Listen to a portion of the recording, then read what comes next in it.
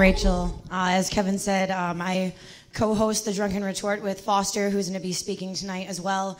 We also go into high schools and do poetry workshops and assemblies and working with the youth. And one thing that I'm learning with that is honesty and to be honest. So tonight I'm going to share some poems with you.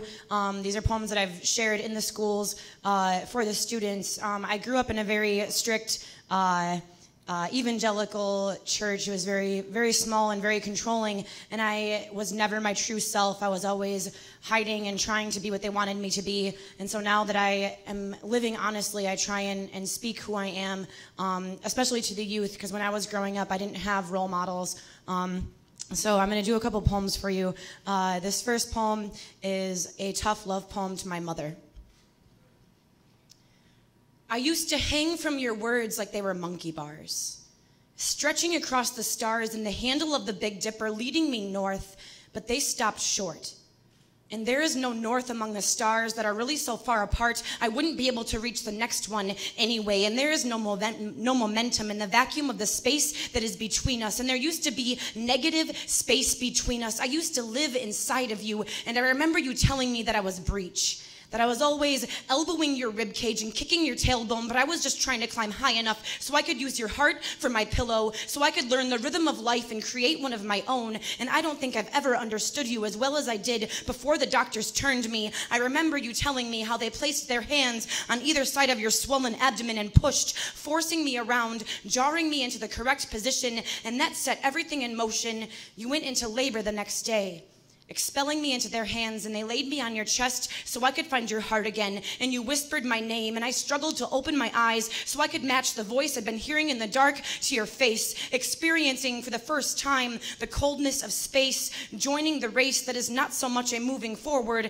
as it is a slow and steady moving apart. And I don't think I've ever been as close to you as I was when I was a toddler, sitting on your lap and feeling the thump of your heart on the back of my skull as you read to me, the vibration of your voice resonating in my own chest and spinning out like a tumbling web, the aesthetic of love.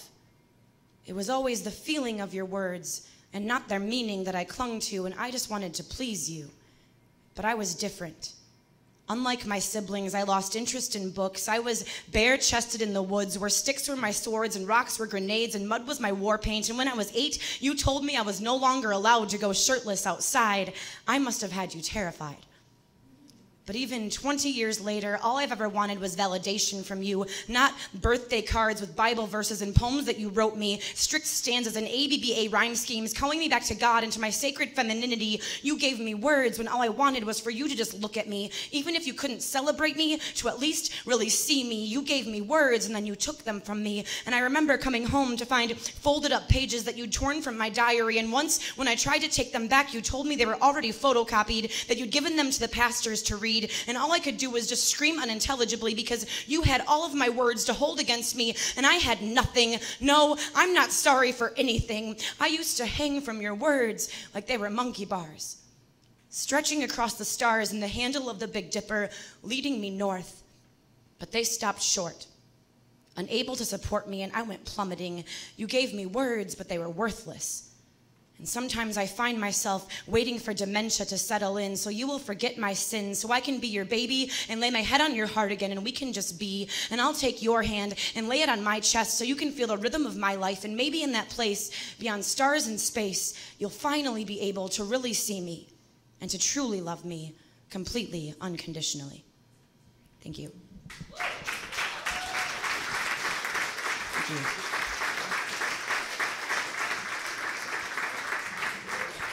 All right, I've just got one more for you. And this one, like I said, I grew up in church. I don't believe a lot of the things I was taught and raised to believe in, but I do have very strong beliefs, and this poem is about that.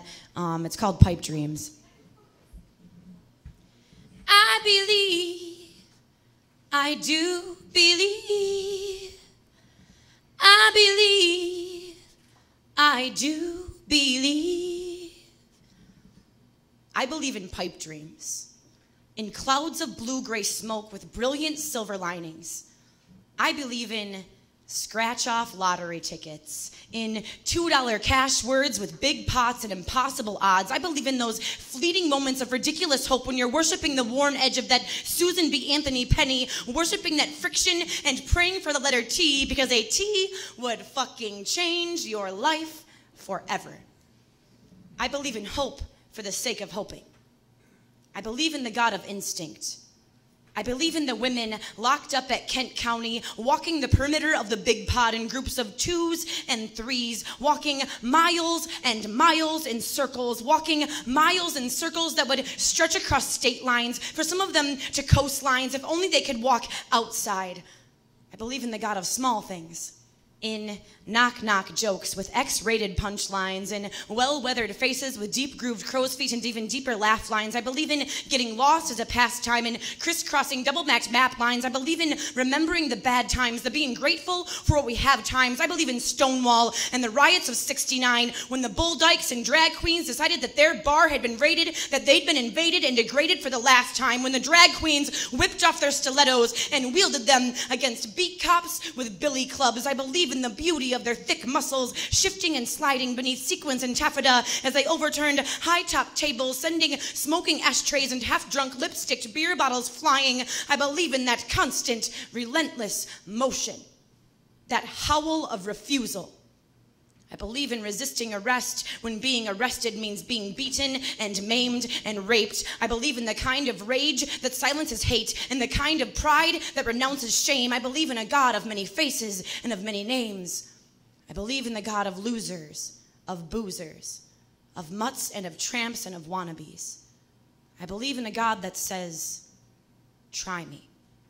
I believe in hopeless cases and dead-end races. I believe in the God of possibility. I believe in myself. I believe in myself the way that children with bath towels tied around their necks believe they are heroes. I believe in myself the way that oil slicks and empty parking lots believe they are rainbows. I believe in the God of rationalization, of delirium and delusion. I believe in the God of certainty. I believe that nothing is certain. I believe in the God of contradiction. And this is the God that rules me. I believe in mutiny. In manipulating reality, I believe in belief for the sake of believing, in exhaling clouds of blue-gray smoke with brilliant silver linings. I believe in pipe dreams. Thank you. Thank you very much. It's been a pleasure to be up here.